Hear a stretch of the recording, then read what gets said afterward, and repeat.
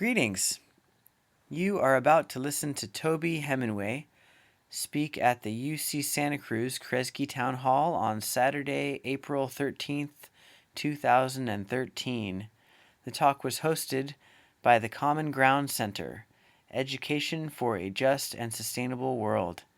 Please visit us on the web at kresge.ucsc.edu/commonground.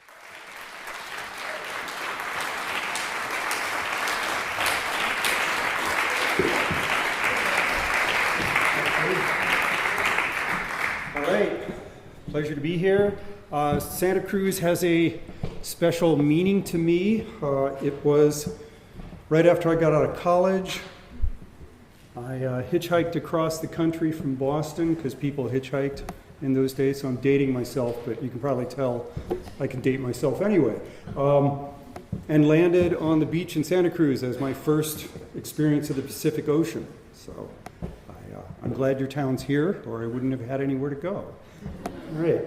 So I want to warn you that this talk goes negative right from the start, and it only gets worse until about halfway through we hit the nadir, and then because it's permaculture, and permaculture is about solutions, I will turn it around and bring it back to the positive place. So it's kind of like we're going to take a journey deep into the kingdom of Mordor, but I promise you that we will arrive happy in the sunshine back at the Shire by the end of the talk.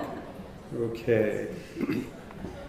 So where I really put together a lot of the ideas from this talk was from the experience from 2010 to 2012. My wife and I were what I originally was calling nomadic. We left Portland, where I had lived for 6 years, and we didn't really know where we wanted to go. My wife pointed out to me that because I travel for pretty much all of my work, which is just weird to be teaching sustainability with a gigantic carbon footprint, but that's life's ironies. And she pointed out to me that since I travel for all my work, we don't need to live anywhere, right? So it seemed like a great opportunity to just go, because we knew we didn't want to live in Portland, in that area anymore, but no place was really calling. So we spent 2 years traveling around the Mountain West, and we wound up spending a lot of time in Montana.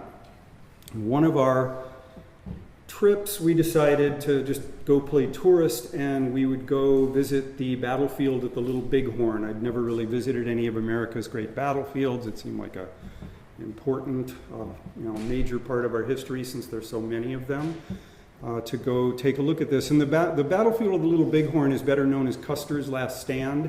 And I knew that this was going to be a pretty cool day, but it turned out, as I said, to put a lot of pieces together for me, and really was a very powerful experience.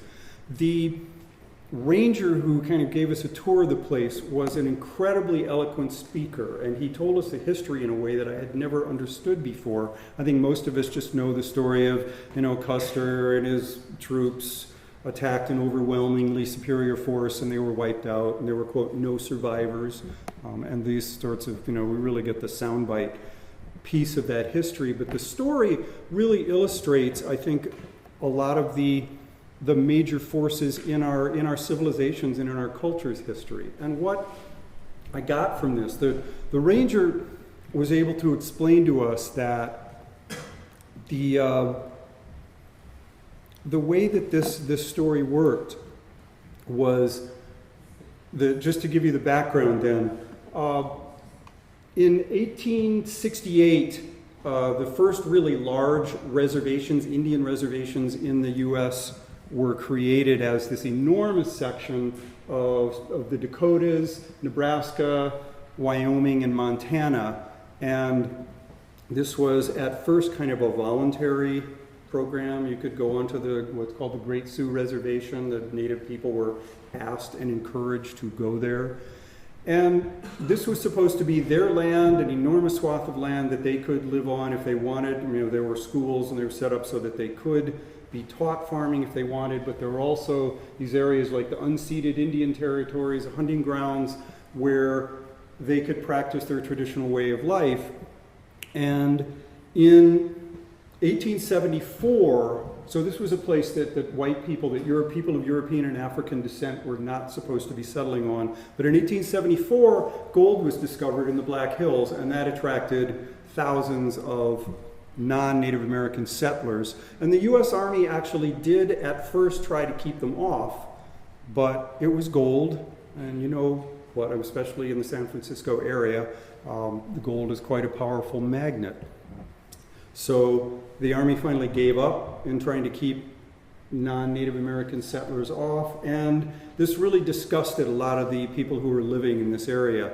And a number of the warrior chiefs like Sitting Bull and Crazy Horse and the Hunkpapa leader Gall took large groups of their people off into, in particular, the Wolf Mountains in Wyoming was where Sitting Bull went, and they were allowed to live there for a couple of years. And this area, the unceded Indian territory, was a place where the treaty said that no white person or person shall be allowed to settle upon or occupy in perpetuity. This was supposed to be safe for them. And that lasted 2 years. And then the U.S. Army, under the leadership of General Phil Sheridan, and a bunch of his officers like Custer came, and their mandate was to round these people up and take them back to the reservation. Sitting Bull went off into the Wolf Mountains and went on during a Sundance ceremony, he had a vision of headless U.S. Army soldiers falling from the sky like grasshoppers. And he took this as an omen that it was time for battle. He gathered about 7,000 men, women, and children on the banks of the Little Bighorn, and that was what Custer encountered, was an enormous village, a temporary encampment. And Custer stood up on the hillside looking at this village, and he didn't understand the scale of what he was looking at. It was very rare for a village to be this size. And he took the normal dust and smoke of a village this size as signs that they were breaking camp. He thought it was a lot of activity. They were getting ready to leave.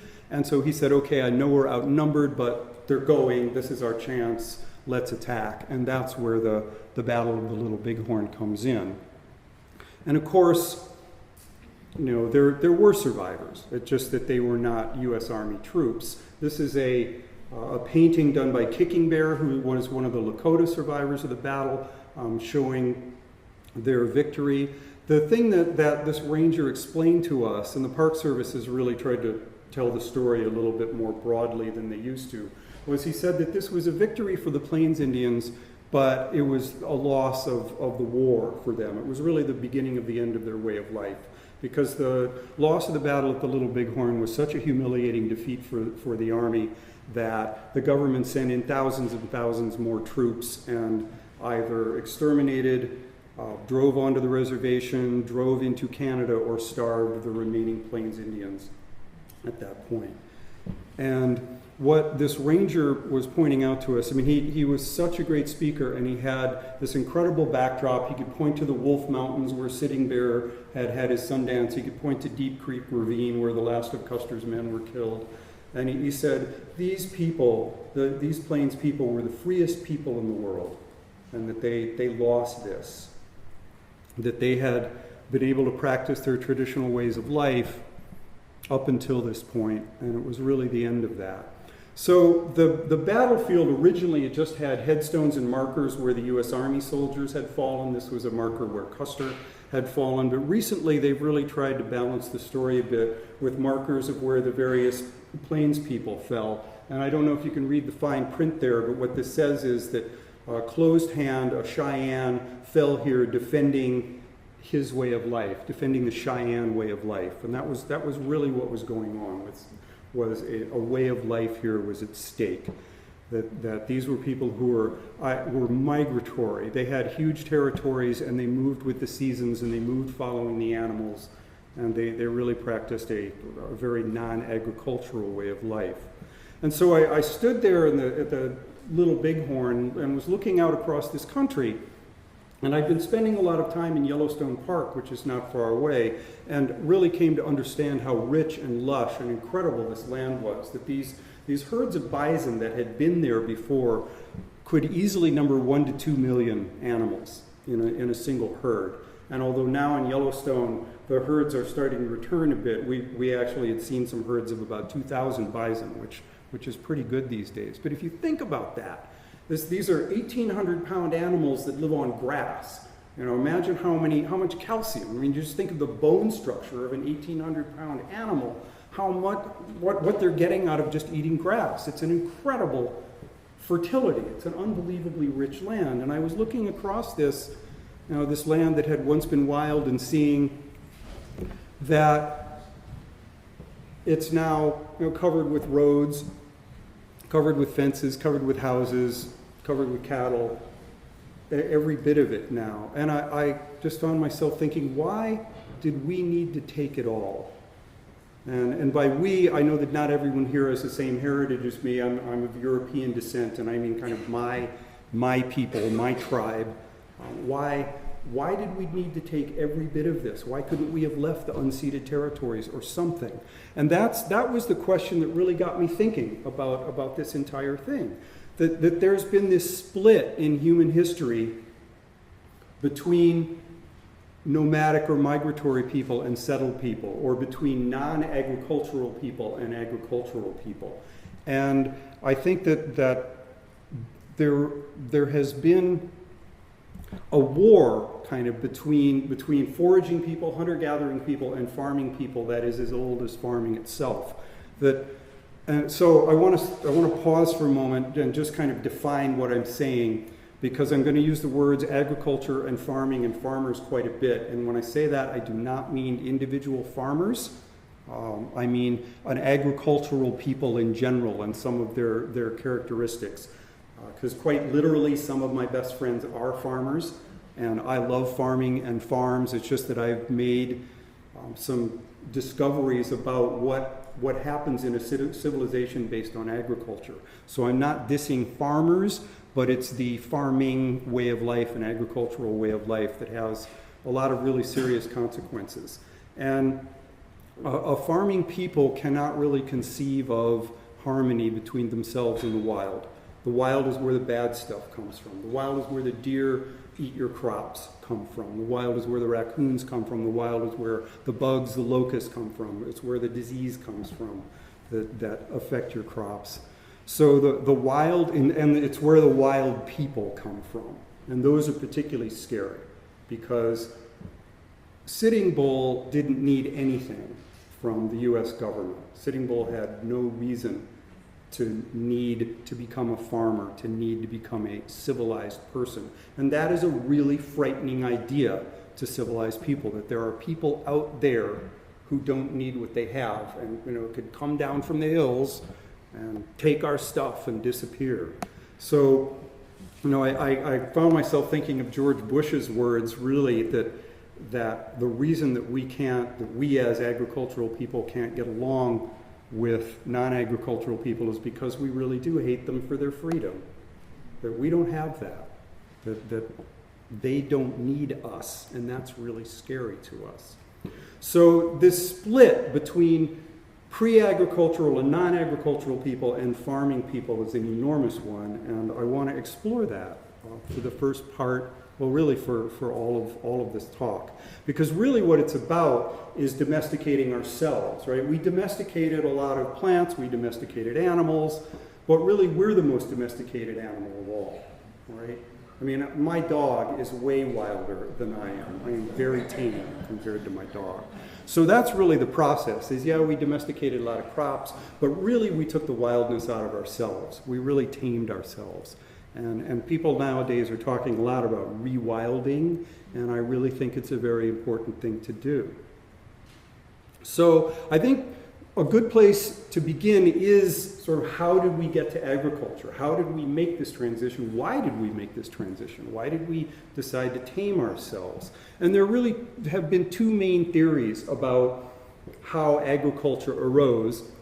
And one of them is that human beings found really rich, lush, abundant places that were very productive and very fertile and hung out there. And because places that are fertile tend to just biologically increase people's fertility, we had lots of babies there, the population grew, and gradually, so we started out doing really well, but gradually we outstripped the ability of those places to carry us and desertified them. And the idea was that we then had to intensify our food production methods, figure out how to make a go of this place that was no longer as fertile, and make the land yield a lot more. And that was one of the ways that agriculture began. So I think of this as the life was good, but then it got bad, so we developed agriculture theory. And then the second theory is that there were places that human beings settled, and we made do with them. Things were okay, that we were able to find enough food in various places. But then, and we know that this is true, about 11,000 years ago, the climate changed, got much colder and drier. So the idea is that we then had to intensify food production to survive in these places. We had pretty good population numbers, had to develop ways to get more food from the land, and that was the beginning of agriculture. So this was the life was okay, but then got bad theory. But both of these, the common characteristic is that they're grounded in scarcity, that things got bad and then we developed agriculture. And I think this is one of the hallmarks of agriculture, is that it was grounded in scarcity, perhaps. This is the two leading theories of how agriculture came about. The interesting thing is that there have been some recent discoveries in archaeology that have really changed the thinking about how agriculture began. And the most famous site where this has been understood is a place called Göbekli Tepe in Turkey. And this is a 22-acre site that is almost 12,000 years old.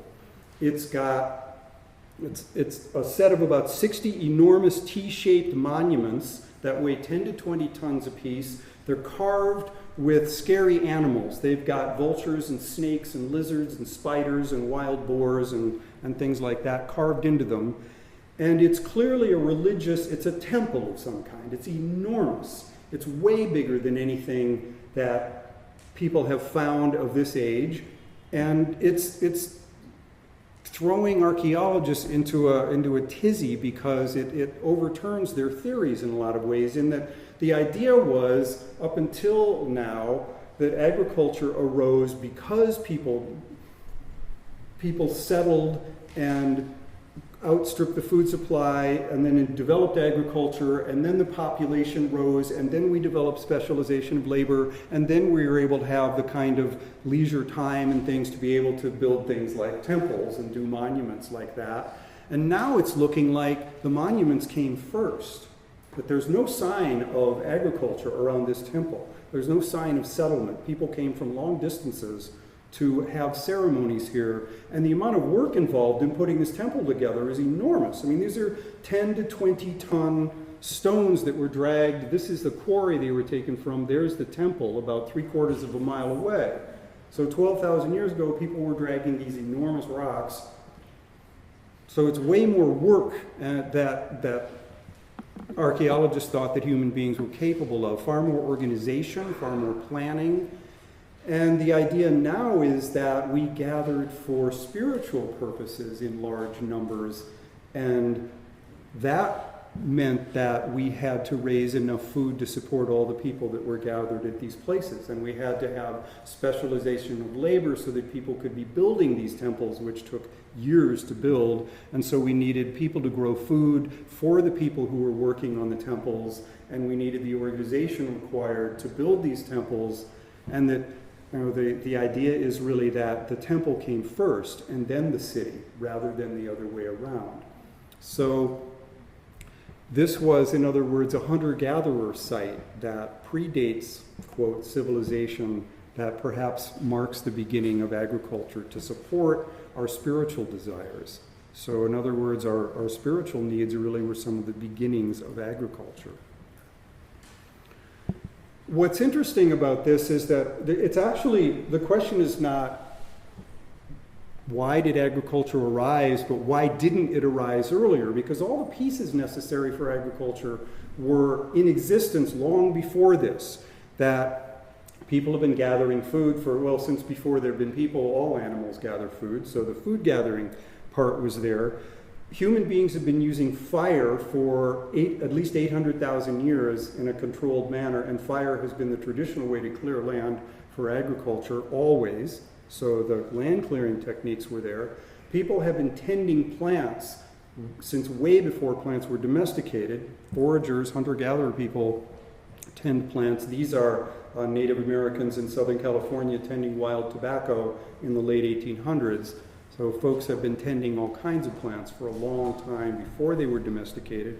And we've been irrigating plants since before agriculture. There are places where irrigation systems are in place that are not going to farmed fields. They're going to what must have been wild plants. So we've been directing water to wild plants. And so these are all the main pieces of agriculture, but they didn't all come together until about 10 or 11,000 years ago.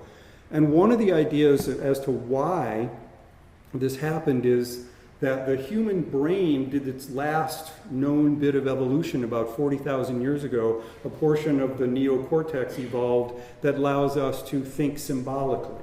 In other words, before this piece of the brain evolved, if an owl flew by, it was an owl. I mean, you'd know because you understood bird language that, it came from here and it was going there and all of that. You understood all the owl-like qualities of it. But what happened after the revolution of symbols was that it could mean something. It could be a portent.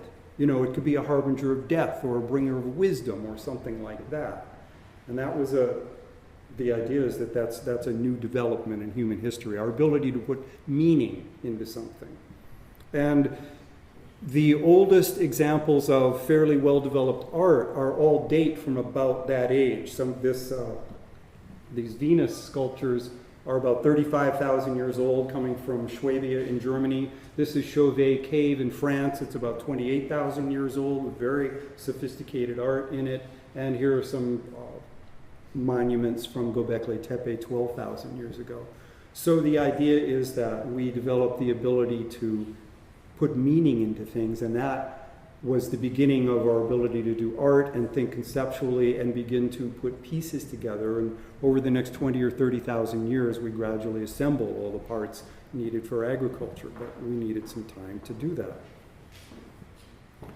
So these are the things that are going on in that missing 30,000 years, that there are actually some very sophisticated, more than hunter-gatherer societies that were coming into existence around then. Not really farming societies, but not really hunter-gatherer societies, kind of plant tenders and animal tenders, but not really domesticators. So just to look at the role of agriculture, anthropologists divide human beings into 5 different kinds of cultures. And anthropologists have always wondered, what makes different cultures different from one another? What are the distinguishing characteristics? It turns out that the most coherent way to divide people up into different cultures is by how they get their food. That if you try and divide them up by the types of shelter they build or their child-rearing techniques or any of the other ones, there isn't really any coherent way to put that together. But if you look at the different ways that people get their food, that's the differences in cultures make a lot of sense. So the 5 different human cultures based on how they get their food there are foraging or hunter-gathering cultures. The foraging is just an anthropologist word for hunter-gatherer. There are horticultural people, and I'm going to spend a fair amount of time on that particular segment, but just to make a long story short, those are farmers, or gardeners rather than farmers. And there are agricultural people, and those are kind of the big 3, but there are 2 more that are kind of subsets of agriculture. There are pastoral people who tend animals and migrate with them, but you have to have agriculture first. You need domesticated animals in order to do that. But it's a significantly different kind of culture in the way people behave from the settled farming kinds of cultures. And then there's industrial culture, and you also need agriculture, domestication, and everything that comes with that in order to get the large population groups and resource storage and all that in order to have industrial culture. So those are the 5 big ones. And people in these 5 cultures are very different from one another. That people in a foraging culture often are so different than people in an agricultural society don't even have words for what the foragers do, and vice versa. So it turns out to be a pretty good way to really look at differences in different cultures. in just looking at how agriculture kind of spread across the entire planet, there are a number of different places where plants and animals got domesticated. But the big one really is in the Middle East this is where grain agriculture really got going. And the interesting thing about grain agriculture is that, well, like if you're growing beans or potatoes, or if you're growing yams, or if you're growing bananas, you don't really need to clear a lot of land in order to do that. You can just sort of poke some seeds in the ground or open up a little bare patch and things will grow. If you're doing grain agriculture, you really need to get rid of everything that's there, and you need to do a fairly large area, and then you need to process the grains much more than many other foods. So it's a very aggressive form of agriculture. It requires removing whatever is there in order to get it. You need to cultivate the soil, make a fine seed bed, and there's a lot of equipment involved with it. So it's a type of agriculture that lends itself to much larger scale, and it also means that you're eliminating what grew there before. It spread in part because of that. Most of the other forms of agriculture, they've got another thing not going for them. And those of you who've read Jared Diamond's really great book, Guns, Germs, and Steel, know that geography is kind of destiny. That the reason that the Eurasian form of agriculture and European people spread so much across the world is not because they are superior, according to what Diamond was talking about, but his theory, and it's a really interesting one, is it's because Eurasia runs east-west and all the other continents run north-south. And what that means is that if you live in a north-south running continent and you move very far, you're going to get out of your climate zone pretty quickly. You're going to move out of the tropics. In other words, your crops aren't going to grow very far from your home. Whereas in Eurasia, you got thousands and thousands of miles that you can move across, and you can still keep growing the same crops, and you still have the same climate conditions. So it almost promotes spreading. It almost promotes conquest, moving from place to place. And grain agriculture is very portable because you just wipe out what was growing there and plant your grain. So that combination of geography and an easily portable crop meant you've got a type of people who are going to expand because farming increases the population, so the populations are going to grow and they're going to move. And that is actually what agriculture did, was not only did agriculture spread, but the agriculturists spread as well. The genetics of farmers moved, not just the farming, but the farmers, so that people with these genes are found over here a few thousand years later. And that's pretty much how agriculture moves. The way that European agriculture moved into the Americas is pretty typical of the violence with which most agriculture has moved. So, it also means grain agriculture, the big feature of it, unlike yams and bananas and things like that, is that you can store a surplus over the winter. You can make a long-term winter storage, and that really changes things when you have a storable surplus. So if we look at what a storable surplus means, the first thing is that you need a place to store it. You need grain bins that will keep out rats and keep out marauders and that sort of thing. You need grinding wheels and all of these sorts of things. So you need to develop large, heavy technologies that aren't very portable. You got to move that stuff. You settle and build these things. So you need technologies to store it. You need somebody to protect it. Those hungry, foraging people up in the hills might come down and want it if they happen to get hungry, or the villagers from the next valley if they have a drought or a blight. So you need some sort of force to protect it. So it's the beginning in the way of kind of the police or the army. You need someone to decide who gets it, because most of these grain storages are communal, just like the farming co-ops are now. The people bring their grain to a central place and it gets put together, and someone decides how it's going to be parceled out. And actually the origin of the word lord is a really good giveaway to this. It's from an Old English word, hlaford, which is loaf ward. The keeper of the loaves, the keeper of the grain is the lord. The person who controls the grain essentially rules the society. So the word lord itself has its origins in the person who got to control the grain. You need somebody to measure it, because you got to decide, okay, how much did you bring in? This is how much you get back. So you've got measuring and accounting going on. You need laws to decide who's going to get it and how much and when. And then you need punishment for people who don't follow those rules and who don't play along. So all of these things, this whole set of hierarchies, there's some pathology going on here. You've got punishment and police and elites and all of that happen when you start to get agriculture, or happen on a scale that they were never really happening before. So all kinds of things come along with a storable surplus. So just to go through how we became domesticated then, now just sort of the steps is first you start with some sort of charismatic leader, and this is the idea of people gathering for spiritual purposes. In this case, it was a spiritual leader. It doesn't have to be spiritual, but that was one of the reasons that we gathered in large numbers. It's starting to look like. So you've got, and we know that spirit does organize us and compel us in very, very powerful ways. The churches are some of the oldest continuously existing institutions that humanity has. We know our spiritual urges and needs are very, very, very powerful. So you start with, and one of the elements is a charismatic leader or a lord. You have a spiritual purpose causing folks to gather together. It can be any sort of purpose. It just happens to be spiritual in this case. We start by building small monuments, totems to our totem animal, and these monuments get bigger and bigger and bigger until you've got something like Göbekli Tepe, and then you've got the pyramids. We are monument builders, and we keep building larger and larger ones. Then we get specialized labor, because to build those monuments, you have to let some people off from farming or food gathering so that they can do the building. And then you've got settlements, the large technologies that you need for agriculture.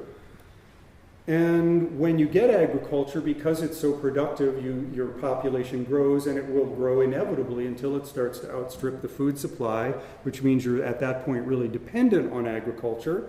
So you need to intensify your cultivation in order to make sure that everybody gets enough food. And at that point, you're really dependent on specialized labor, hierarchy, intense food production, and there you are. So it's a nice set of inevitable steps that you go through until you're pretty tamed. You're reliant on a framework that's very hard to get away from, and that domesticates you. So in other words, it really is this case of the temple and then the city, that we come together for spiritual purposes in large groups, and we wind up with, we're monument builders now. It's just that, instead of an overtly spiritual purpose, we're building monuments to the things that are sacred to us now, which is money and power, rather than spirit. But we make our monuments to the things that we regard as our source of nourishment, which is now money instead of food or instead of the gods. So in other words, just to think about how this would evolve, then if you're a forager, if you're a hunter-gatherer in people, and someone is good at, say, they really understand the antelope, and so they're good at helping you get a good antelope harvest, or someone who's good at gathering acorns and knows the oaks and the acorns well, that person becomes very valuable to your group, right? And you could see very easily they could become a hunting team leader or a gathering team leader, and what they're good at hunting or gathering becomes a totem in a way. It becomes imbued with a lot of power. And that person can power is pretty addictive. Henry Kissinger says power is the ultimate aphrodisiac. So when people get a small amount of power, it's nice to have a large amount of power. And I can see this progression where a leader of a totem then gets little monuments, little totems built, and then bigger totems, and then you get something the scale of Göbekli Tepe built to your various totem animals, and pretty soon you've got a pretty large hierarchy with a spiritual leader in this case. I'm not dissing religion specifically, it's just that's how it happens to come about here. I actually put up all these different spiritual signs just to, in the hopes of offending absolutely everybody in the audience with one thing or another. But in this particular case, it's our desire for spiritual sustenance becomes a method of hooking us in a power structure. And we kind of ask, so why would we get into something like this? And I think this set of inevitable steps kind of shows us how. So when you have a spiritual leader who is the one who kind of mitigates your spiritual desires, right? You have a sacred totem or some emblem. You're using a shaman or a priest as your intermediary between you and spirit. A number of really important things change when instead of a direct relationship with the spirit, now it is mediated through someone else. You become dependent on their ability to connect you with spirit. Oh, I couldn't resist this picture of Charlton Heston and the Ten Commandments here. But it's this kind of thing. We're getting our spiritual experience mediated through someone rather than a direct link with the sacred. And some anthropologists are talking about how this God-human relationship becomes the template for a Lord-servant relationship, a master-slave type relationship. Other things that change is that instead of spirit being everywhere, it's located only in certain places. That only certain places are sacred, and the rest are okay to trash because they're not sacred anymore. It only exists in gods and goddesses in special places. And that instead of a relationship with nature where nature is what provides for us, the wild is what provides for us, then nature then becomes the enemy. Nature becomes, like I said, the place where the deer come from, the places that the bad stuff, the scary stuff comes from.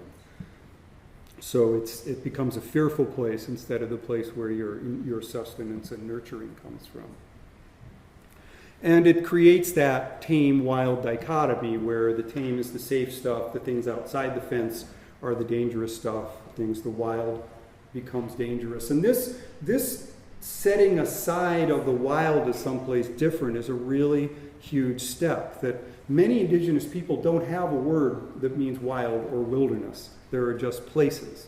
And if you think of the word wilderness, at the root of the word bewildered, it's confused by the wild. The wild is confusing. The wild is this chaotic place. The wilderness is where Moses was lost, for 40 years or whatever that was, where they wandered.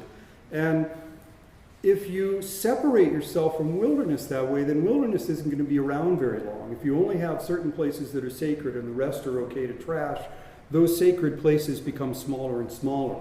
The Alaska National Wildlife Refuge, that's, we're going to set that aside forever. Oh, there's oil there.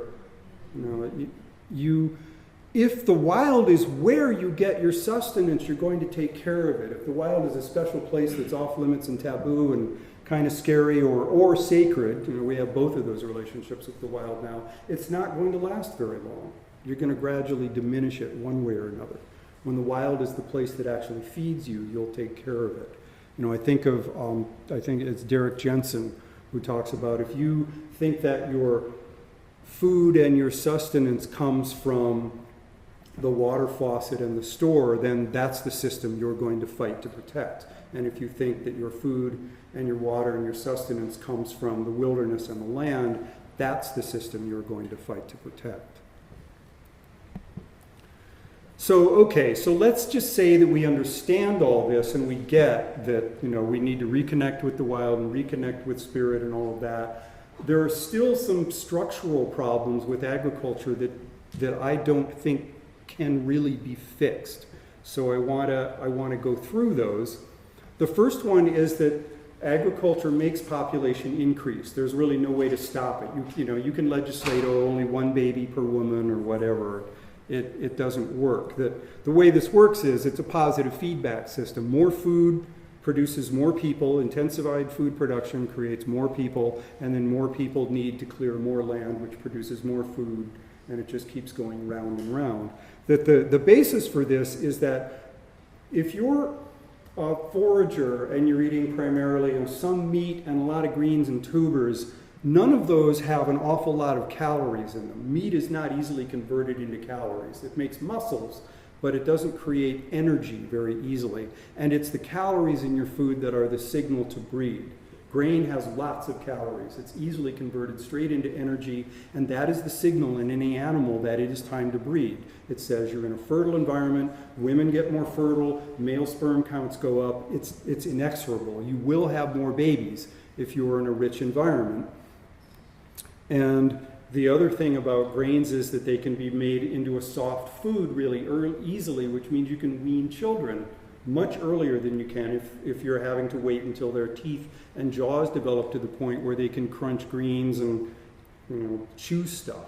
So in foraging societies, the average length between childbirths is 3 to 5 years, because that's about when kids get weaned in those societies, whereas in agricultural societies, it's pretty much as quickly as a woman can get pregnant again. Like, it's not unusual to have babies every 16 or 18 months. And I was reading a biography of Theodore Roosevelt a little while ago, and they mentioned that both of his grandmothers had 15 to 17 pregnancies, and that was not uncommon at all, that it was very, very common for women from the dawn of agriculture until pretty recently to essentially be pregnant from the time of menarche to menopause. And you can imagine that the difference that's going to make in a society if women are pregnant for most of their sort of functional adult life and then kind of worn out from all that pregnancy. It makes an enormous difference in how a culture works. So huge changes occur when you get easily available food supplies that allow you to wean kids really early. So that's one, increases population. We're told this story that foragers are kind of, hungry a lot of the time and scrambling for meals, and that their life is nasty, brutish, and short. It actually turns out the opposite is true, that there are now these amazing archaeological sites where they have found, they've got complete series of skeletal remains going from when people were foragers through their introduction of agriculture. And they can see exactly what happened to people. There's a site in Illinois called Dixon Mounds. There are a bunch of sites in Turkey. There are about 30 or 40 sites that they have now. And it's absolutely consistent. These are the changes. People died younger when agriculture came along. Lifespan decreased by between 20 and 30%. That's the first big change. Far more degenerative diseases. This is a woman, an Egyptian, picture of an Egyptian woman grinding grain using something called a quern, which is like a big rolling pin that goes on a dished stone. And the idea with that is that you sprinkle out some grain on that stone, you kneel down, and you do that all day long. And you can imagine, that hurts my knees. So knee problems, neck problems, back problems, wrist problems, ankle problems, degenerative diseases, repetitive motion diseases show up. Most non-agricultural people die through trauma. They get killed, they fall out of a tree, something happens to them, whereas agricultural people tend to die from disease. Far more epidemics. Again, Jared Diamond talks about most epidemic, many, not all, but many epidemic diseases come from domesticated animals. Chicken pox, smallpox from cattle, measles and mumps from pigs. So a lot more epidemic diseases show up with agriculture. People got shorter. The average height of both men and women dropped 4 to 5 inches at the dawn of agriculture, which would say to me there's something missing from the diet at that point. Lots of calories, but maybe not a lot of nutrition. And another one that's really counterintuitive is that famine gets really common. That foragers, because they're generally pretty in tune with their food supply, it's hard for their numbers to grow really fast. They stay in a really good balance with food supply. Foragers can almost always find some food. For agricultural people, if you have a drought or a blight, it's disaster. These famines will kill a lot of people. And just the history of famine, the French historian Fernand Braudel, who was really one of the first historians to look at how regular people lived instead of studying kings and queens. He looked at birth records and marriage records and church records and things like that to see how regular folks lived. And this is the record of famine in Europe, and these are major famines that wiped out 10 to 25% of the people, and it was really regular. The reason that this stops in the 19th century is because the Industrial Revolution started. We used coal and then oil to kind of power ourselves out of this trend of famine. And this doesn't even include the small famines, the local famines, of which there were hundreds. all the time. So famine becomes a regular visitor when agriculture comes along. Again, I told you we're going to go pretty negative, so we're not quite to the bottom, but we're really close at this point. Just, okay, we can do it. The land that farming uses is far bigger than just the cropland footprint, so its ecological footprint is very, very large. It's not just the cropland, but you need land for the animals. Most agriculture is done with animals, or it's done with slaves, or it's done with both. So you need fodder for the animals, and you need fertilizer. John Jevons up in Willits has been looking at, okay, if we really want to produce our own fertility and apply that to the land that we're using, how much land do we need just for fertility crops, for like compost crops, or to grow enough manure to fertilize our land? And what he's found is that for every acre of cropland, you need about 4 acres of land for fertility. You need to take the crops off of 4 acres and compost them in order to get that. So that's enormously enlarges our footprint. Same with growing animals. It takes about 4 to 1 land to provide for the animals and to get their manure. You need lands for mines, for forests, for all the things that we need to build and make with agriculture, and you need land for the farm workers and for their needs. So agricultural people also have a lot less leisure time. That this was, again, counterintuitive, but in the 60s and 70s, a group of anthropologists found that a good forager can gather a year's supply of food in about 3 to 4 weeks of work, and then they just kick back. Now, this is why the foraging people were considered very lazy, because mostly they do just sit around and talk and do crafts and do art and things like that. You can get their food very easily, and they've been doing this for a long time. They found enormous grain storages 20, 30,000 years old, where clearly they had lots and lots of grain, nuts, seeds, things like that stored up. So you can get a lot of food much quicker as a forager, much less work as a forager than as a farmer. And much less cultural diversity. That if you look at foraging societies, if you look at, say, the Inuit and the Yanomamo and the San Bush people and the Kalahari, they are wildly different in the things that they do and their beliefs and their cultural practices. Most farming societies are there's some diversity, but not an awful lot. And if we look at industrial society, there's really only one, right? There's only one way to be an industrial people. It's, the McDonald's, the whole industrialized world is pretty similar. So very little cultural diversity in farming societies. I've mentioned already that it's very portable, which tends to lead to conquest. And it usually requires slaves or serfs. Most of the agricultural societies generally have a large peasant or serf or slave population that supports a relatively small group of non-farmers. Again, the Industrial Revolution and the use of oil and coal has kind of powered us out of that. Amory Lovins talks about each American has roughly 300 energy slaves working for them. So 300 people's worth of energy per person in America. So essentially what agriculture is it's the practice of taking land like this, and the first thing you do with it usually has been to set fire to it. That's been the traditional way of clearing land. This is a former rainforest in Brazil that's being cleared to grow sugarcane for ethanol, and then you make it look like that. And so in other words, really it's the process then of taking out functional ecosystems. That is not a functional ecosystem. There's no habitat there. There's no soil development. There's very little oxygen creation for photosynthesis. There's very little carbon sequestration. There's almost none of the natural processes that go on in an ecosystem happening there. And the degradation of that ecosystem is too slow for us really to see. If you're a forager and you overharvest, you get feedback immediately that you need to step back. Whereas it is actually the destruction of the soil and the destruction of the forest that you want in order to do agriculture. You clear it and you use up the soil and then you move on, has been the traditional way. So I think in short, agriculture is the process of turning ecosystems into people. That's what it does. Those are people. That's all people stuff right there. And it used to be an ecosystem. So it helps me understand a little bit of one of the dichotomies in our culture is that, we've got a culture that, these are some of my favorite cultural icons, is Gandhi and Mother Teresa and Michelangelo's Pieta and the symphonies, the music of Beethoven. That we've got a culture that can do that, but mostly what it does is this. This is what you got, right? This is what we do. Everything looks like this. Go, off campus. Santa Cruz is a little nicer than a lot of places, but most places look like this.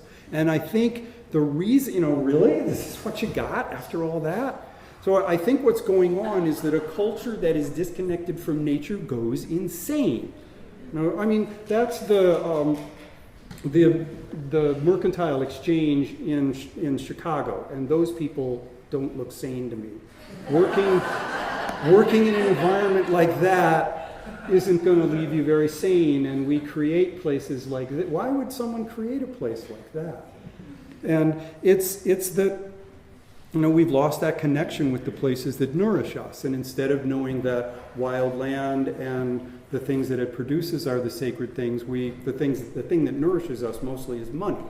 So that's what we worship. You worship what nourishes you. So it only makes sense, that it's the job and the store that are kind of the sacred things to us. The biggest structures we build are commercial buildings now. The monuments that we're building, they're not religious, they're not spiritual, they're about money and power. So those are the things that are sacred to us, and they become kind of the center of our existence. So just to kind of sum up, okay, here we are. These are the hallmarks of agriculture, of an agricultural civilization. That we end up with a culture of fear. The scary stuff, the wild stuff is scary. The domesticated stuff is what we're not afraid of, and it's grounded in scarcity. It's a lot of work. We're less healthy. It automatically brings in hierarchy. So I don't think there's such a thing as sustainable agriculture in the long run. We've had a 10,000-year run of agriculture. It's been really good. There's a lot I like about it. I love my iPhone. I love, being able to get food whenever I want with minimal work. There's a lot I like, but I don't think there's a way to make it sustainable. I don't think we've got another 10,000 years. I don't think we've got another 100 years of this. The way I think of this is name one ecosystem, one wild ecosystem that's better off for having agriculture move into it. And there aren't any. So the follow-up question is, how long can we keep doing that? Pretty much we're at the end, right? There's not much more. Human beings already use about 40% of the annual production of biomass on the planet. And I don't think we can take one species, I don't think we can take very much more of that.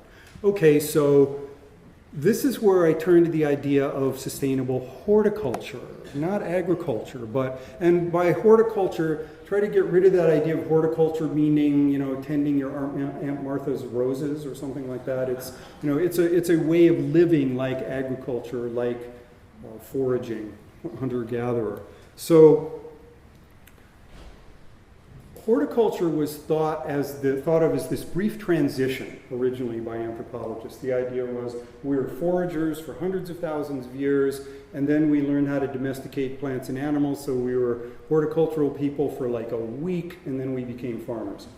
It was supposedly this very unstable transition. It turns out now that they found many, many cultures that they used to think were either forager or agriculturalist that they're classifying as horticulture. Just one example is the Hopewell people, who ranged from roughly Indiana to New Jersey and the whole space in between, and they lived there as horticulturists, meaning plant tenders, a little bit of domestication, some hunting, but mostly tending plants, the way a lot of the native people in California did, for at least 4,000 years. 4,000 years is a long time to have a culture. So it seems like it actually can be a very stable way. They had highly advanced art, they built amazing structures that are still there today. Horticulture is a stable way of having a society, and it's richer in a way than foraging, but it's not as destructive to the planet as agriculture. So other horticultural societies, a lot of them are being reclassified. The northwest coast peoples, the Kwakiutl and the Tlingit, and all of those are being now thought of more as horticultural people. They tended camas, they tended the salmon streams, but they didn't really domesticate them.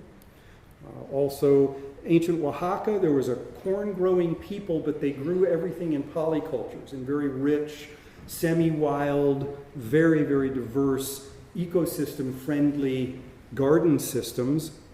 The Nua'alu in Indonesia are people who are still around, who've been there for, they think, 10,000 years or so as a horticultural people, and a lot of examples in California, the Owens Valley Paiute, the Kumeya'i in Southern Cal, and lots of other people all over the place are being thought of as more horticultural people, plant tenders and animal tenders rather than domesticators.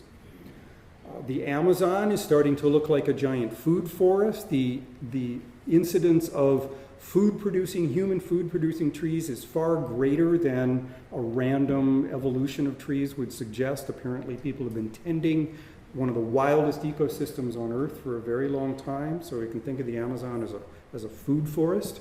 And all the major river valleys in North America were very different from what we would expect in a non-human influenced landscape.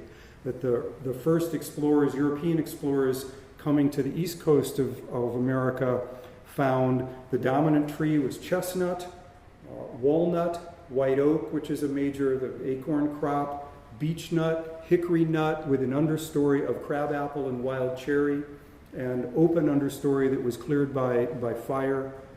I keep wanting to use the word domesticated landscape, but it's not domesticated, but it's no longer an untended landscape, and yet incredibly productive in terms of wildlife, in terms of birds. I mean, flocks of birds that took days to cross the sky and that sort of thing.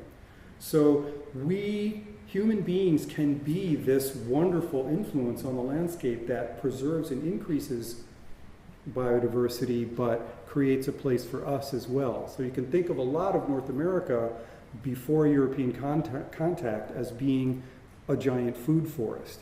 And what happened was that when Thoreau and Emerson and the Romantic poets in the 1800s started writing about the forest primeval, the black and tangled, eldritch, scary place that the monsters lived in, what they were looking at was a collapsed food forest. They were looking at what had formerly been a very productive and amazing place where human beings were part of the landscape that had had its keystone species exterminated, the native people who tended it. And it took a century or two to completely collapse and change from all these food-producing plants to swamp oaks and maples, and the chestnut was gone, lost in a blight, perhaps through the loss of all the birds that provided it a lot of fertilizer.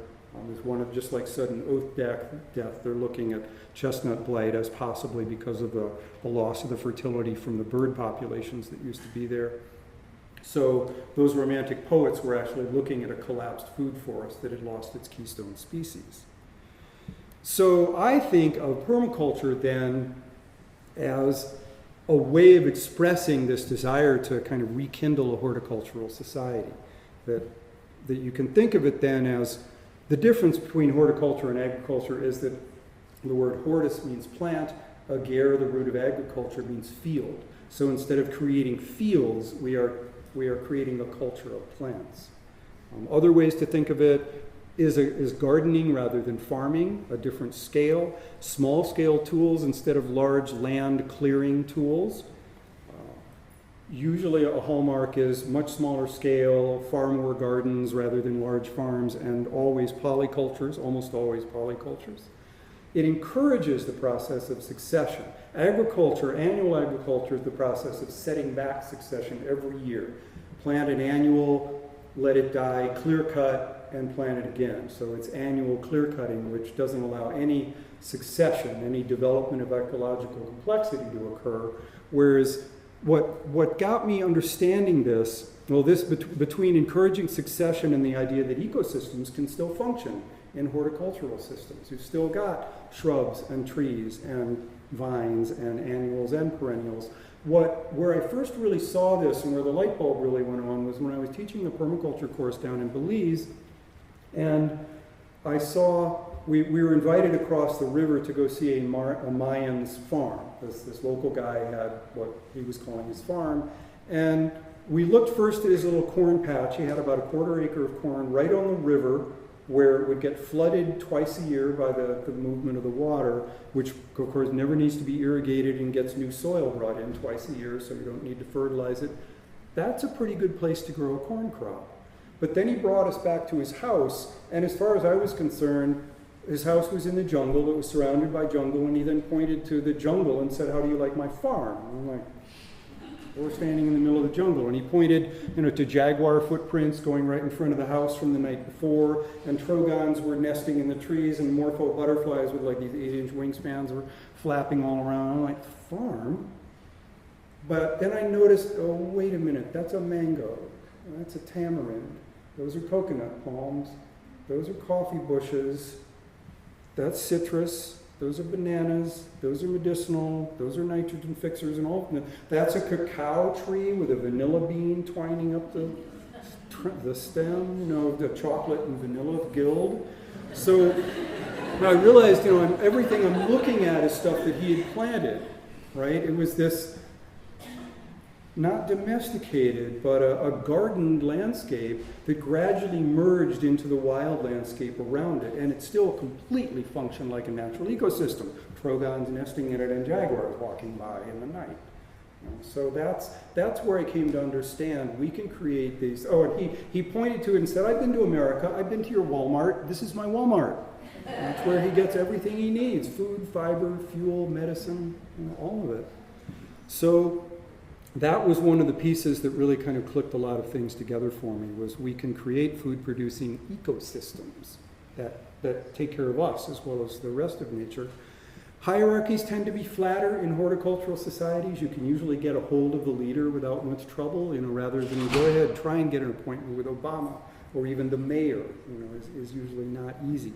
But you can usually get access in a horticultural or forager society to the leader. And this was really the thing that started it all for me. Agricultural people I think Buddhism is the big exception, but agricultural people tend to locate their deities in the sky, and human beings are a chosen special species, separate from the rest of nature, and horticultural and foraging people tend to locate their deities all around. Spirit is everywhere, and we're just one of the many spiritual beings around. And where I noticed this was that in the permaculture courses, it's not quite so true nowadays as it was before, but almost everybody in the class had come from a Judeo-Christian or kind of Abrahamic religious background of some sort, but everyone also talked about Mother Earth and Gaia and earth goddesses and earth spirits and things like that. And I just found myself wondering, okay, what is it about permaculture that's attracting all these pagans? What's the deal? And I think this is it. I think that the spiritual impulses of a horticultural people are part of that's what permaculturists are feeling, that it's kind of a rekindling of this horticultural spirit. So just permaculture, just to start with kind of where we begin as permaculturists and what differentiates it from a lot of other design systems. That's what permaculture is kind of a design system for creating sustainable solutions. Is one way I think of it. But one permaculture ethic is what you're planning on doing, will it care for the earth? Is what you're planning on doing going to care for people? And then the third one is you need to do something constructive with the surplus that's going to generate. You need to return it to the things that it came from.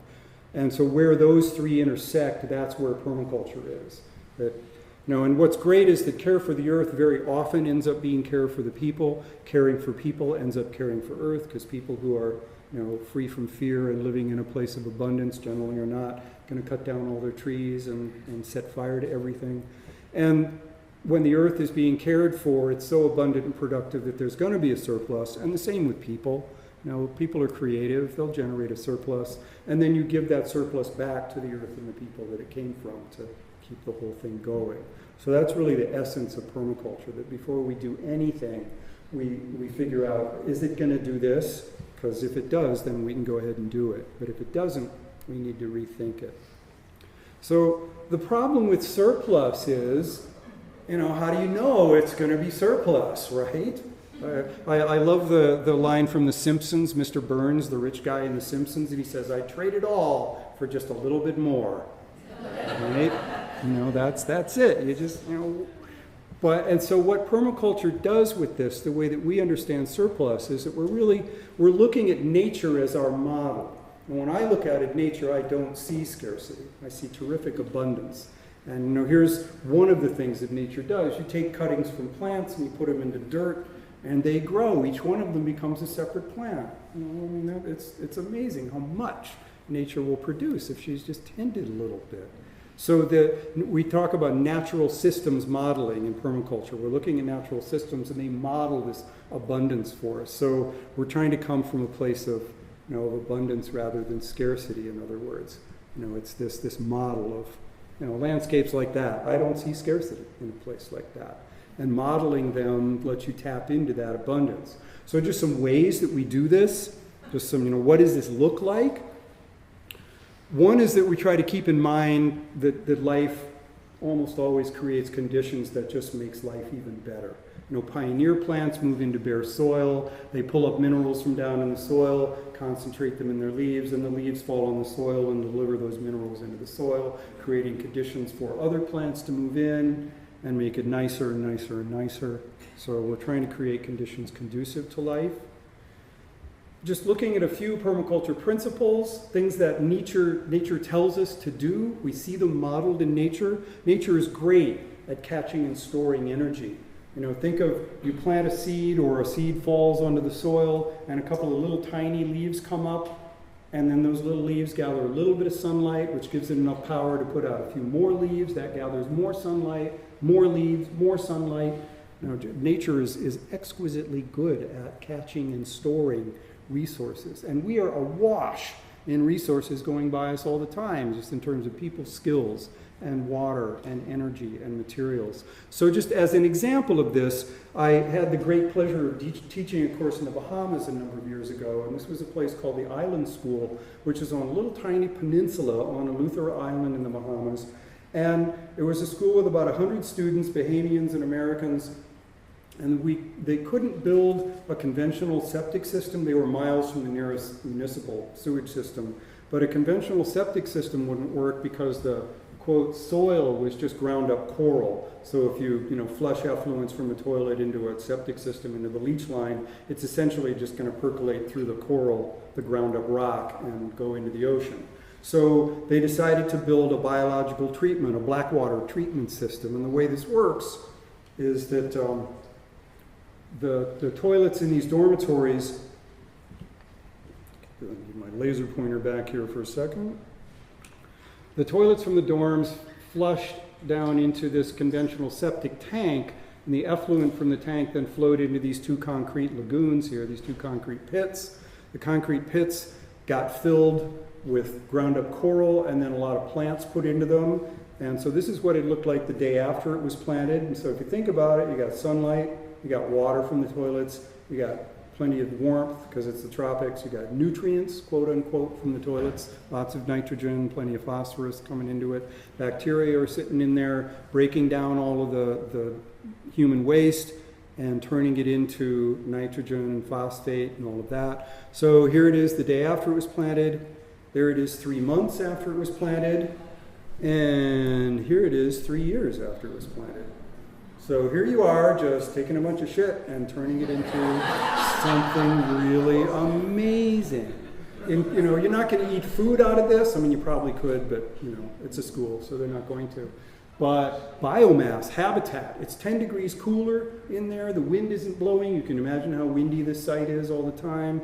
The bright glaring sunlight isn't there. It's a gorgeous spot. It doesn't smell, and you can see by the palapa here that it's a nice hang. I mean, the septic tank is right there, and the lagoons are right here. So people love to hang out there. There's a trail going up the middle, and what was fun here was the donors for this school, the very wealthy folks from the East Coast, came and visited while I was there, and we took them on a little walk and took them right up here, and then told them what was going on, and they're kind of looking like, oh, that's really disgusting, but it's so beautiful. Just this complete cognitive dissonance with butterflies flying around and birds twittering. So that's what you can do. You know, and these black water treatment systems, or living machines is another name for them, are all over the place now. This climate is perfect for this sort of thing. Another permaculture principle is that nature is really, really good at finding the leverage points, finding a place to make a little change that's going to have giant effects. Again, think of a seed, you know, a little tiny thing, and suddenly a whole huge plant or a tree comes out of it, and then seeds to produce thousands more. So this is a project that embodies this principle that's up in Portland by an outfit called City Repair, and actually an architect named Mark Lakeman, who's just an amazing genius. And I'll try not to make this story too long because I know the evening is cruising on, but Mark and 3 other neighbors, Mark lived on a corner, 3 other neighbors on the corner all were complaining about the amount of traffic coming through this intersection.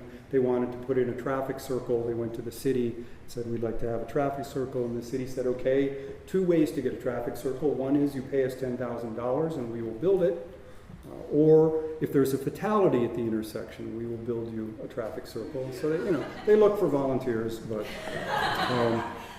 so as they thought, well, why don't we paint a traffic circle? Why don't we just paint a traffic circle in the intersection?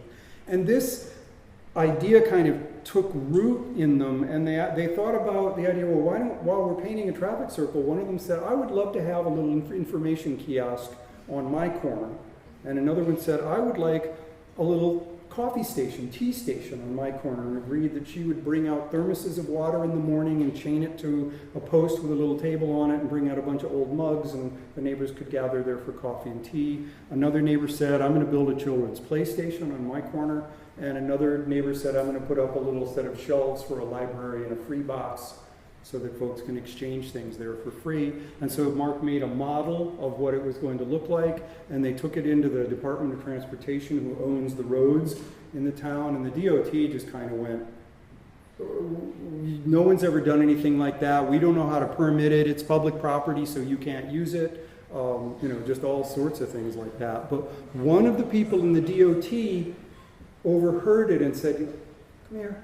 He said, I can't give you a permit for that because there isn't any way to write one, but I can give you a permit for a block party to close off the intersection for the weekend. And if something happens, it's sort of this, it's better to ask forgiveness than permission thing. So they did that. They closed off the intersection. They had this big party. They painted the intersection. They built this. This is the tea station that they built. And I mean, that's this photo back here is actually what it looked like after it was done. And what's happened since then is another neighbor decided they wanted a mural put on the ugly concrete retaining wall in front of their house. Another neighbor built a bench in their front yard for strangers to sit on. What an idea, a bench in your front yard. And now there are 34 of these intersections in Portland that essentially create a little village at each intersection. And the mayor in that day, this amazing woman named Vera Katz, came by the first one of these because the DOT looked at it and said, you've been vandalizing city property. We're going to sandblast the street and tear out these illegal structures, and we're going to charge you for it and all of that. And the mayor came out and said, wait a minute. You're slowing down traffic. You're quieting the street. You're creating community. You're raising property values because this is cool. You're reducing theft because there's a presence on the street. You're reducing crime. You're probably lowering insurance costs because of all these things. This is everything Portland wants to see done in a city, and it's not costing the city a thing. So there is now what's called the Intersection Repair Ordinance in Portland, where if you get the 4 neighbors on the corner and 80% of the neighbors for 2 blocks in either direction to sign off on it, you can get one of these. And the city repair organization will come by and set up a big party and help you build one. So there are 34 of these, at least. That was the last count that I was aware of in Portland now. And there are chapters in Seattle, in Eugene, in New York City, in Missoula. They're occurring all over the place. So a little change, just wanting to paint a traffic circle, has rippled out. So figuring out where to make little changes to get big effects is a principle that nature uses all the time. I think we need to think about this idea of becoming self-sufficient. I went through my own phase. I was going to go back to the land and grow, most of my own food. It's something that is this almost unique part of American heritage because not a lot of other folks think about being self-sufficient. And I was thinking about, because when folks in my classes often come to me with, how much land does it take to grow all my own food? And I understand this. I understand the desire to do something like that. Well, just thinking about this, this idea that, I want to grow all my own food on my own property, and where does this come from? It's sort of an odd idea if you think about it. And I think it comes from our legacy in this country being settled in a very strange way.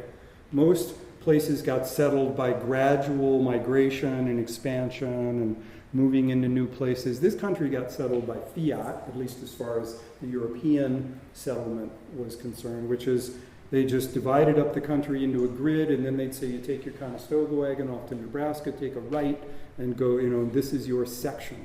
And you have to prove your 640 acres. You have to make a living off of it and show that you can do that, and then they'll give it to you. And that's a really unusual way to settle land. And so that I think is part of that heritage of that's our unusual history. And the thing is, though, that now our land looks like this, and there's no ecological boundary that would make any sense for you to grow all your food within a space that looks like that. Why? But we're still thinking in these terms.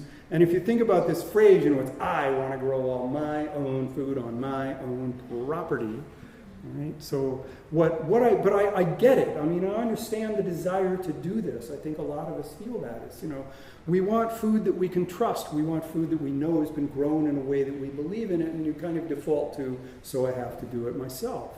But if we really think about, and this is what permaculture asks, is we move to the highest generalization. We move up a level or two and try and figure out what are we really asking. And I think what we're really asking is, how do I meet my food needs in a way that I can live with, in a way that suits my ethics and my principles? And so really, I think we can talk about community self-reliance and regional self-reliance, and not so much individual self-sufficiency. Meeting our food needs in a way that we really can trust. So just an aspect of that I'm finding is really encouraging is this whole set of communities that are coming up with food sovereignty laws. Maine and Vermont and New Hampshire, the kind of live free or die states, are some of the first ones to really be doing this, where they're creating ordinances that say, if you've got a farmer who's growing something and you have a buyer who wants to buy it, that's it. The federal government, the state government has no right to interfere with that agreement between a willing buyer and a willing seller. And I'm sure that this is going to get tested in the Supreme Court at some point. But that, to me, is a real free market, is when the people involved get to decide, they're grown-ups. That I'm not going to sue you because I live in your community, and I take responsibility for that. So I find this a really encouraging trend towards meeting our food needs in a sustainable way. And I think permaculture offers a really neat set of tools for thinking about this. So we talk about the zone system, designing in zones. And all that means is the stuff that you use the most often should come from close to you. That, ideally, it's like planting your garden. The greens and the herbs that you use every day, put them right outside your doorstep. And the sauce tomatoes that you only need to visit a few times, they can go out further away, and that's all right. So if we think of food in general using the zone system, then zone 1, the stuff that we use the most frequently, that would come from our own garden, if we're gardeners. If you're not a gardener, don't worry about it. But if you are a gardener, what food would it make sense for you to be growing in your own garden? And that might be stuff you really like to eat, stuff that's really expensive to buy that you can grow cheaper, or stuff that grows really well in your area, or a combination of those. So that would be your zone 1, is the things that you grow yourself. And then the next zone, if you can't meet all your food needs there, then you kind of extend out to your neighbors' gardens, CSAs that are really nearby, community-supported agriculture, and community gardens, places that are right nearby would be. Then you try and meet more of your food needs in that area. If you can't meet your food needs there, then you go out to zone 3, which would be farmers markets, where you may not actually see the farm, but you can talk to the people who are doing it. And, hey, I'd love it if you grow this, or how do you grow these things, so you know what's going on. Then if you can't meet your food needs in those first 3 zones, then those few remaining things, then you go to, what's the name of the store here that, right, a New Leaf or whatever it is, markets that try to support local, regional farming and food that you can believe in. And then, okay, if you can't meet your food needs in those 4 zones, there should be very little left at that point. But then, that's when you sneak into Costco and hope that none of your friends see you and that sort of thing. But generally, we can meet our food needs in those other zones. And you rarely go to the outer zones. So I think permaculture really helps us think in these terms. So if we apply zones then from food to energy, okay, if you think about how we get energy, it used to be you just kind of knock together a derrick and you drill it through feed and then you get a bunch of oil out of it. But nowadays it's way more complicated. We've got these giant ships and floating platforms, and they go do seismic imaging off of deep sea sediments and bounce back signals. And so we go out and we hunt for the oil and we gather it, and then we bring it back home and we use it, which means, in other words, we're still in the Stone Age as far as, we're still hunters and gatherers of energy. We haven't evolved to a farming system of energy. And it's interesting that we now talk about energy farms, right? Wind farms and photovoltaic farms and things, because after what I've told you about agriculture, do we really want to be energy farmers? There are issues with agriculture, right? And Apple Computer recently was going to build, they're building a new data center, which is the politically correct word for server farm, I guess, because everybody now knows that server farms use immense amounts of energy. So their employees were saying, let's make it solar powered, let's make it sustainable and solar powered, until they realized that it was going to take 6.5 square miles of photovoltaic panels to power that one data center. So maybe let's not become energy farmers. If we apply zones to our energy shed instead of our food shed, just think of the zone system, then maybe you would produce some of your own energy, but maybe other parts of your energy shed would be somewhere else. And I don't know what it would look like to become energy gardeners instead of farmers, but it's just, I think, an idea we're thinking about. Is if we don't want to go through the same agriculture issue with energy that we did with food, well, maybe we could short circuit that step and get around it. I think we need to see money that's attached to something real. These are hours banks and local currency systems and things like that as another tool that will help us flatten hierarchies and redistribute power and wealth. When we look at development, just looking at how we can redistribute resources on a flatter, more equally distributed way, when a developer puts up a subdivision with 100 or 500 or 5,000 houses or whatever it is, there's a pattern that always emerges, which is that around it, you get this commercial set of institutions around it. This is always, and that's not a typo, I just love calling it Home Despot, but that's what you're going to see around it. So I'll bet, though, we know this pattern's going to happen. So I'll bet, though, that somewhere in here is someone who knows how to run a drugstore, and somebody who knows how to run a hardware store, and someone who knows, so there's a barista, every other door. We could do all this ourselves and localize the economics in this, and instead of the money going off to, Arkansas and Boise and places like that, keep as much of it as possible in the local community, just by understanding these patterns and knowing this is how it happens. One of the interesting things that permaculturists are discovering is that permaculture is being used a lot in disaster relief, another place, and I think we're going to be seeing more disasters and refugees and things like that. So if you think about what permaculture is about, it's supposedly, the idea is we use it to localize, we use it to become indigenous to a place, but it also applies to almost the opposite, which is that when a permaculturist lands somewhere, the first thing they start looking at is, how do we meet food needs, water needs, shelter needs, energy needs, how do we provide all these things that create a sustainable human population? That's what you need in disaster relief, is someone who can show up, figure out all this stuff, and figure out how to implement it. So permaculture is becoming very useful in disaster relief. Folks have shown up for Katrina, for Hurricane Sandy in Haiti as permaculture first responder teams. So I really think of permaculture as operating more on a community scale than an individual scale. That it's more about kind of villages rather than individual homesteads. Another really encouraging sign is this emergence of all sorts of public food forests now, parks that are becoming food forests. The supposedly first one was in Seattle, but I know that there are many others occurring. And I talked to the folks who helped design this one in Seattle, and when they gave their public presentations to get community input about using a park as a food forest, as a place where there's public food, the first objection that people raise is, what if someone takes all the food? And their answer is, that would be great, because then it would show we need more of them, right? So again, kind of that pattern literacy is what are the objections that are going to come up? See them in advance when you can, and figure out how to meet them.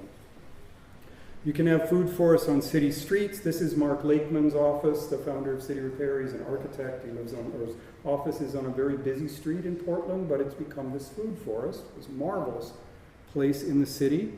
And even just little things like curbside compost. This was a group of families who one of them could generate enough kitchen scraps for a compost pile, but together they all could, so they got the city's permission to build their compost bin right out on the parking strip. And the key there is to have really good signage so everybody knows what's going on. I'm a big believer in signage, both for education, what's this? Oh, it's a community compost pile. And also telling people how to use it as well. And just speaking of signage, I ran across this somewhere. It was daylilies that someone had identified as, by the way, you can eat all this stuff. Neat.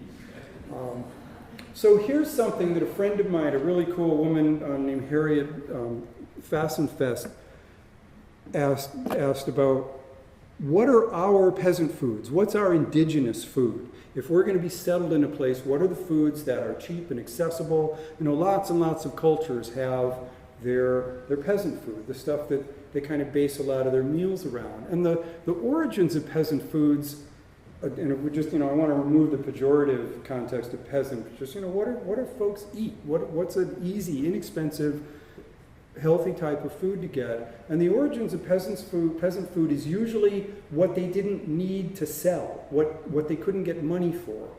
So this would be, offcuts of meat. Barbecue actually arose from by cooking cuts of meat that were too tough for them to sell, or cuts that wouldn't be appetizing unless they were really cooked long and slow. Polenta was the reason that Italians started eating this corn meal, was that the landowners who controlled their land insisted that they sell all the wheat, because the wheat was the money-making prop. So the peasants were not allowed to have any wheat. They got corn instead, because it couldn't be sold for as much money as wheat, and so they learned to make polenta out of the corn. So here's that lord-servant relationship again, creating an indigenous food. So what's ours? I don't think in California we've stabilized well enough yet. It may not be the native diet that was eaten here a couple hundred years ago. It's probably more than just grapes or asparagus, or artichokes, or that sort of thing, whatever your big crop is. But I sort of put that out to you as what is a coastal Californian peasant food? What would we be eating here? It probably does involve some wine, and I live in Sonoma, and so I consider that one of our peasant foods at $30 a bottle. But gumbos or stews or casseroles or these sorts of things. What would that cuisine be as a way of indigenating ourselves? Seed-saving workshops, tons of fun. Kids get involved. Great way to create community. Adults love them because they get to trade all their favorite seeds and party. Kids love them because they can make a mess and have fun and shake seed pods and make rattles. So a really nice way to create community in neighborhoods of seed-saving workshops. And the same with community tool lending libraries. I don't need a 20-foot extension ladder more than once or twice a year. I don't need a lawnmower very often. I don't need, many of the tools that we each individually own, They just sit in storage 99% of the time, and a lot of cities are now creating tool lending libraries. And again, the first objection is, what if someone steals the tools? What if the tools break? So, okay, you just design that in, you know, a little fee that everybody chips in to pay for breakage and theft. Problem solved. My friend Larry Santoyo calls that the shoot the hostage answer. It's like, hostage problem? No, there's no hostage problem. You figure it out and eliminate it before it becomes a problem. That's not a really nice example. You get the point. You design for these issues. You know they're going to come up, so you design for it instead of going, oh, yeah, you're right, let's just die. You know, you figure out an answer. So, education systems that actually do something. I've had the amazing experience of working with some teachers who have applied permaculture to the school curriculum. An incredible guy named Michael Becker, who's an award-winning school teacher in Hood River, Oregon, about 12 years ago took a permaculture design course and said, I'm going to use permaculture for my entire curriculum in my middle school classroom, and went back and designed a curriculum. It starts in the garden, but it goes way beyond the garden for his 5th, 6th, and 7th graders. And just as an example, one of the things that they did was they took 4 thermometers, put one out in the greenhouse that the kids designed and built, put one in the soil, one in a bucket of water, and one out in the air, and then the kids took readings off of these thermometers. And you know, they noticed very quickly, oh, the one in the greenhouse gets really hot in the day and then really cold at night. And the one in the soil never changes temperature, and the one in the water oscillates very slowly. And he had them all collect all the data off of this for about a week or so, and the kids would come in at night and take numbers. They got really excited about it. And then he said, okay, you know how all this works, and now we've got all these numbers. Let me show you a different way to represent these numbers to understand them. It's called a graph. And so the first graph these kids did was a 4-variable, intertwining sine wave, amazingly complex thing. The kids went, oh, that's neat. That's a really cool way to show that. And if I remember how I learned to graph, and it was, y equals mx plus b in the unit circle, and, horrible. So, this is how kids get totally engaged in learning. His parents come in to say, my kid has never liked school, and my kid loves school now, and how much money do you need for your project? The kids alone have raised over $250,000. They built a music studio that they designed that won a LEED Platinum Award and was nominated as one of the 10 most sustainable buildings built in the U.S. in 2012. On and on. It's incredible what these kids are doing. They're way ahead of the federal benchmarks. I could go on with stories about Michael and teachers like this for a long time, but getting kids really engaged in real education that means something to them. So just in kind of moving to strategies, just going to wrap up here pretty soon. Just thinking about how to make this transition, just things that I've observed and how to get programs together that work. How do we actually get policy going? In permaculture, we always start with observation, so that the things, if we're looking to change policy, if those are the things we're looking to change, then we'd look at things like, what resources are available, what's the land available, what are the resources available, what kind of skills have people got, what kind of technologies are applicable for this, just do our assessment. And then who's going to help us? Who are the people who are going to be right on board, who can really come right on? Where do we locate the friendlies? How do we locate the allies to help us do this? What are the obstacles? There are going to be obstacles, so just foresee them. You can spot a bunch of them. You won't find them all, but instead of just saying, oh, that's going to stop us, it's like, okay, how do we work with that? Get successful first. Pick simple projects that you know you can win. Get momentum going first, then you can tackle the hard stuff. But get the low-hanging fruit first, get momentum going. Identify the policymakers, who makes the decisions, how do you cultivate them, how do you get them as allies, who are they friends with that you can be friends with. And so in permaculture, we talk about the permaculture flower, where you can think of each one of the petals of this flower as some need, a basic need that we need to meet in a sustainable way, and kind of go around the permaculture flower. The idea being that we meet these needs on a personal level kind of first, or that's the easiest way to do it. But some of us are interested in meeting them on a local level. Some of us are working to meet them on a regional level. I think if we kind of took a census of everybody here, if I had everyone come up and put their initials somewhere on here, some of us are working on local health. Some of us are working on regional food issues. Some of us are working on personal energy or regional justice issues or whatever. We could probably fill up a lot of this just with the people in this room. And again, Larry Santoyo, who I've quoted before, actually makes his students do that, right? They put their names down in here, and he calls this, "Why should we let you live?" Bring something to the table. Where are you in the skill set? But that's really a lot of the permaculture process, is we're just developing strategies and tools to do this. How do we meet health needs, waste needs? How do we meet these needs? This is the crux of a sustainable society. This is kind of how we get there. So I'd like to think that we've come a pretty long way from the first half of this talk, the kind of doom and gloom part of this talk, and, about the domestication of human beings and all that we lost through that. But I also think it's important to remember that, when I think about that stuff, I really do feel a tremendous sense of loss of this idea of, the freest people in the world, and just what it is that we've traded for the relative security and safety of domestication. But also, in permaculture, we talk about starting where we are, and where we are is this culture. It's this place right now. So, what I'd like to see us doing, what I hope that this has done is kind of given you an assessment of some of the challenges that we face, but also a toolkit to help solve some of this, in which we move from a culture that's based in scarcity to a culture that's based in abundance, and a culture moving from a culture that's grounded in fear to one that's really based, in love and empowerment, and in which we understand that we belong here and that we have enough. So thank you very much for coming tonight.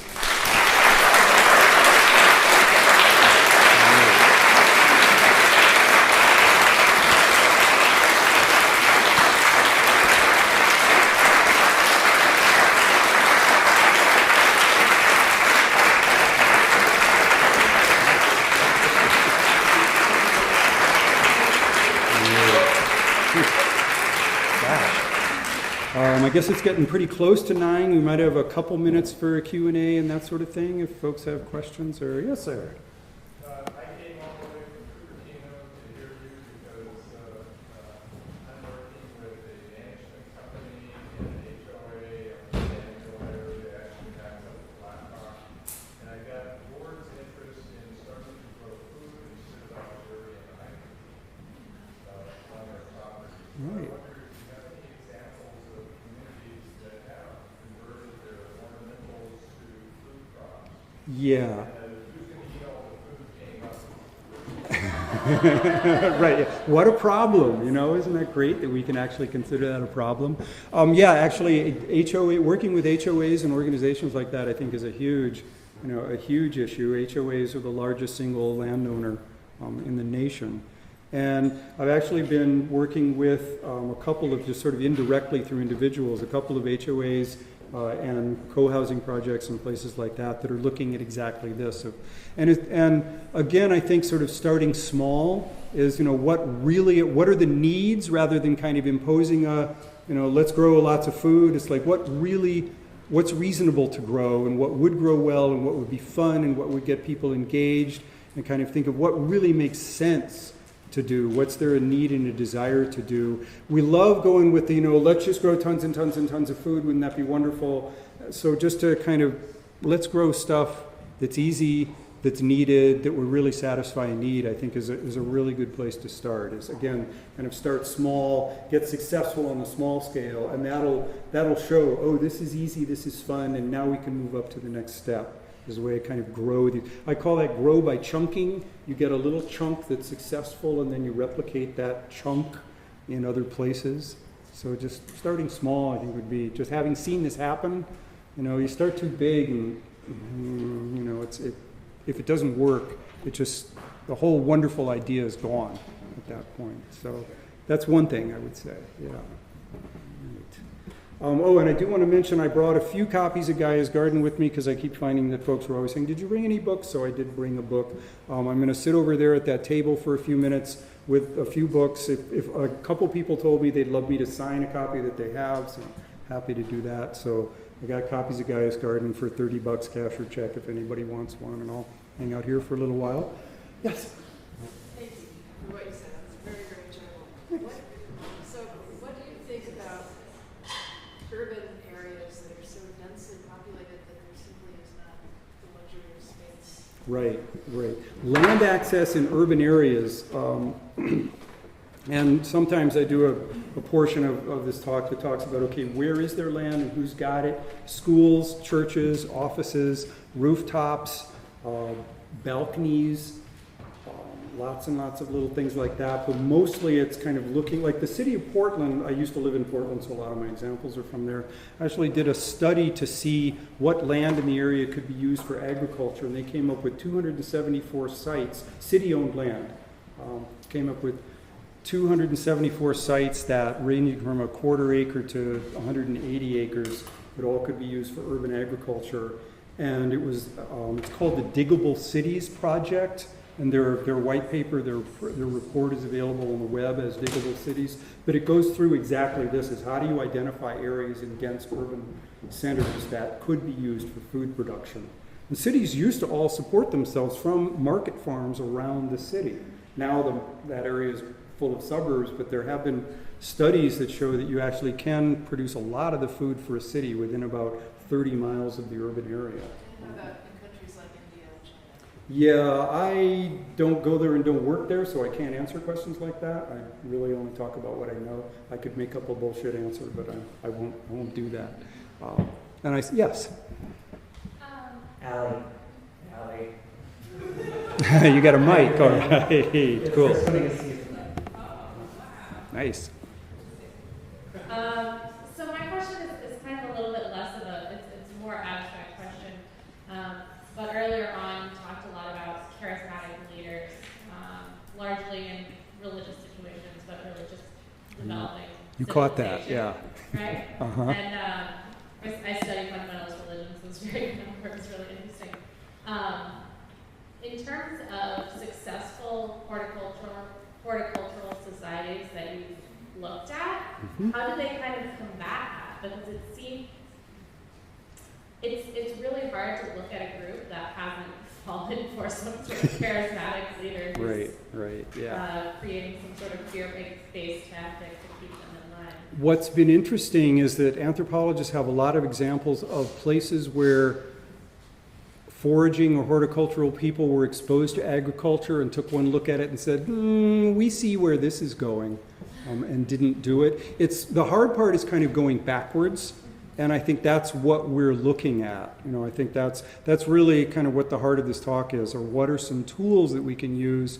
We're not going to go backwards. I mean, I don't know if, I want to say, the myth of progress and all of that, but it's kind of what's next. And I think there'll be elements of horticulture and permaculture and who knows what. But what I'm hoping is that we can do it kind of voluntarily rather than just going off the cliff and having to find something. So that really is the question. That's the big question, is how do we not fall for this stuff, and and how do we work our way out of this in a civilized, to use that word, in a non-traumatic manner. And that's a really good question. I only have this little bit of the answer. Great. Right. Okay. Anything else? Right. All right. Thank you, Dave.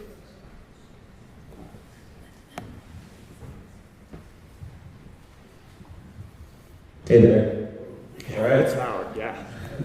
I'm just curious, in observing the permaculture movement, I'm curious what you've noticed in places that it gets stuck, and if there's any kind of key points that would really, if we can focus attention, that would really open things up and move it faster. Right. Any successes. Yeah.